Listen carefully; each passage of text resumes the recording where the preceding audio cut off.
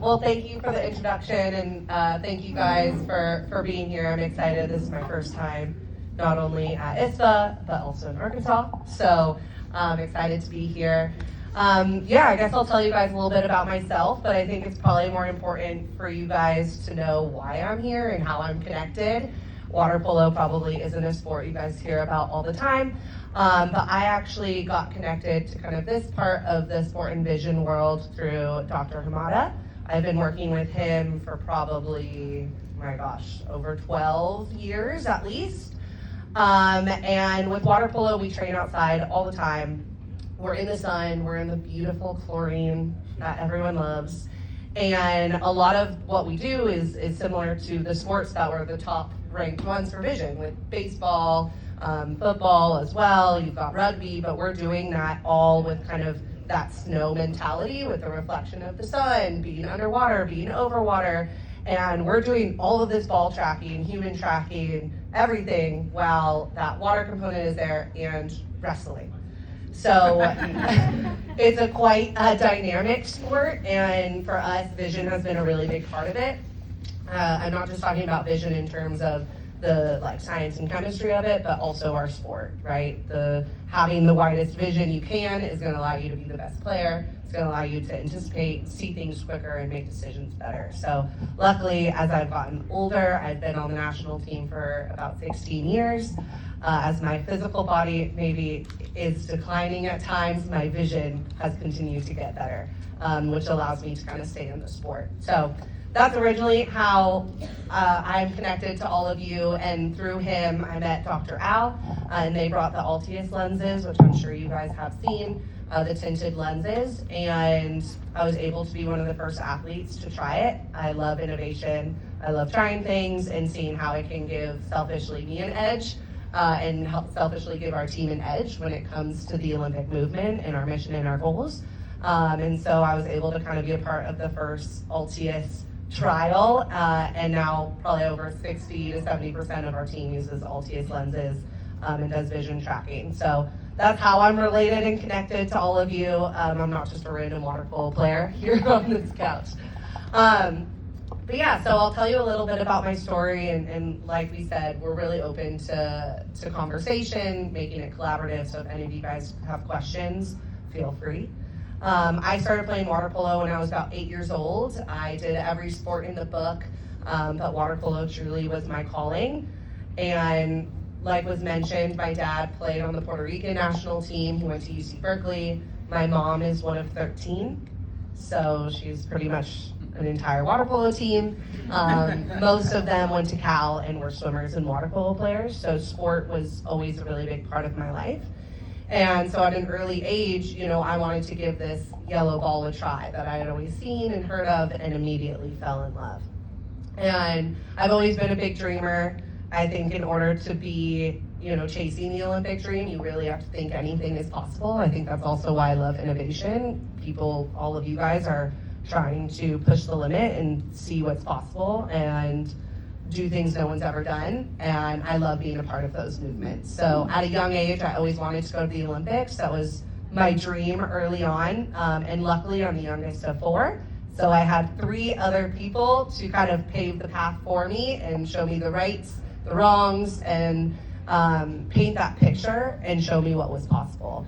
So my oldest sister, Jessica Steffens, went to the 2008 Olympics, and I was able to go to my first Olympics as a fan at about 14, 15 years old, and I got to watch my idol, my biggest sister, compete for water polo at the Olympics, and be in won a silver medal. She says lose, but I say win a silver medal. And while I was watching that game, I just felt so connected. And I think something that's really important for athletes is that ability to see something where you can feel like, hey, I can do this too. And knowing that was a dream of mine and always in my head, and then get to see my sister, who I live with, who I eat with, who I've done everything with, and see that she was able to go to the Olympics, gave me this passion, gave me this purpose of, I think that this is something I can do too. And in that moment, my dad, who played water polo, kind of looked at me, the young pup, and was like, all right, now it's your turn. I was like, yeah, Right. And that kind of set me into motion. And the next summer, in 2009, 2010, I was able to join my sister alongside and play with 11 of the girls who I had watched as a fan and be their teammate leading into the 2012 Olympics. So luckily, family and connection was really a big part of how I got to the Olympic journey. And after that, I was in high school when I first made the team. I was 15, 16 years old and really nervous to try to, chase this dream.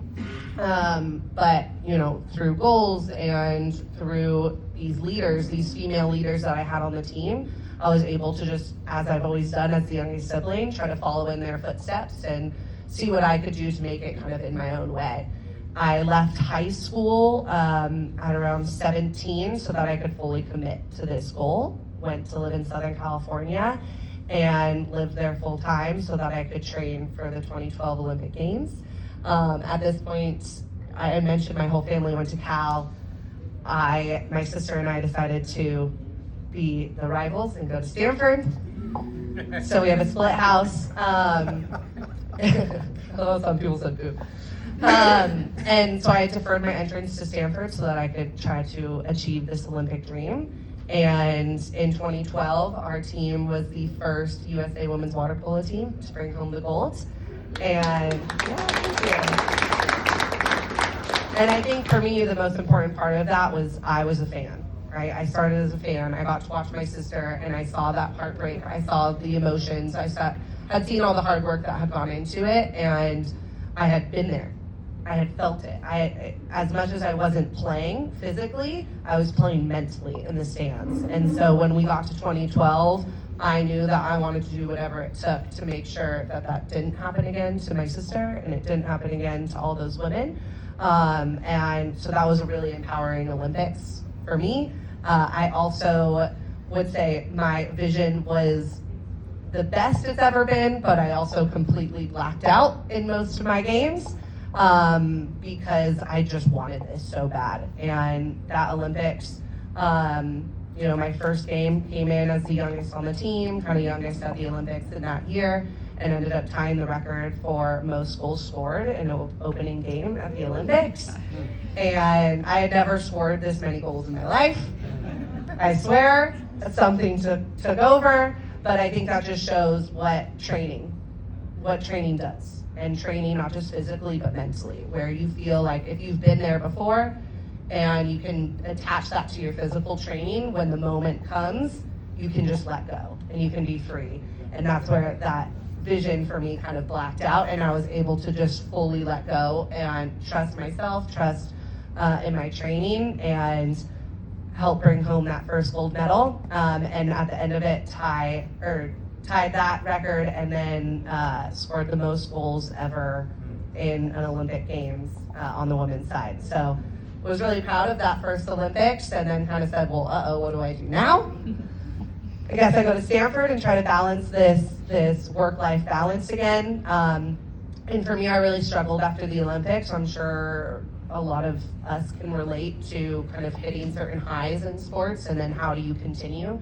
And I think for me, I've always just thought of there's always another mountain to climb. There's always another challenge you can chase. There's always something you can learn. And that is something I am taught and humbled by pretty much every day.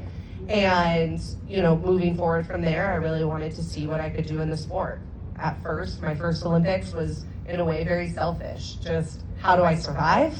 How do I get to this goal? How do I get to this dream? And now I just got back from Paris, which was my fourth Olympics, and my vision has completely opened up to how do I grow the sport around the world? How do I provide opportunity for people who have never had the chance or didn't have three older siblings to basically pave the path for me? I was very fortunate. And how do I help, not just the US, but the entire world, and also the movement of women in sport. So for me, that's been a really big part of my journey. In 2016, we were able to go back and get the first ever two-time gold medal and defend that. And then again in 2020 during COVID, which was a really difficult time. That was actually, it was interesting to hear your story because that was when I started using more brain training and vision training because I had nothing else to do. And I was like, there's this whole other world I didn't know about of how to get the edge. And I was really grateful for that. And in 2021, we won our third gold medal, which no one had done except the Hungarian men's team, who were not very happy to see women tie their record. And you know, through all of this, like he had mentioned, have always been really interested in growing the sport. So started a company called Six State Sports, where we use data and innovation to help provide opportunity to youth athletes and help them develop. And so I was just walking through here and I was like, I need all of these for my kids to start doing now at high school to get that edge and to grow. And just got back from Paris, where unfortunately we got fourth, which was, you know, kind of took me back to 2008, watching my sister. I really felt like I connected with her in that moment. And kind of through that, a lot of reflection on what can be done to make sure that doesn't happen, but also reflecting on what did happen. So how can we learn? Like I said, as athletes, we're always humbled on a day-to-day basis. We fail every single day. I think it's really important that we challenge ourselves to the physical, emotional, and mental limit, so we learn how to fail and how to fail forward. So when we're in a game, in water polo, you pretty much fail all the time, whether you're drowning, whether you miss a shot, whether you're playing 32 minutes straight.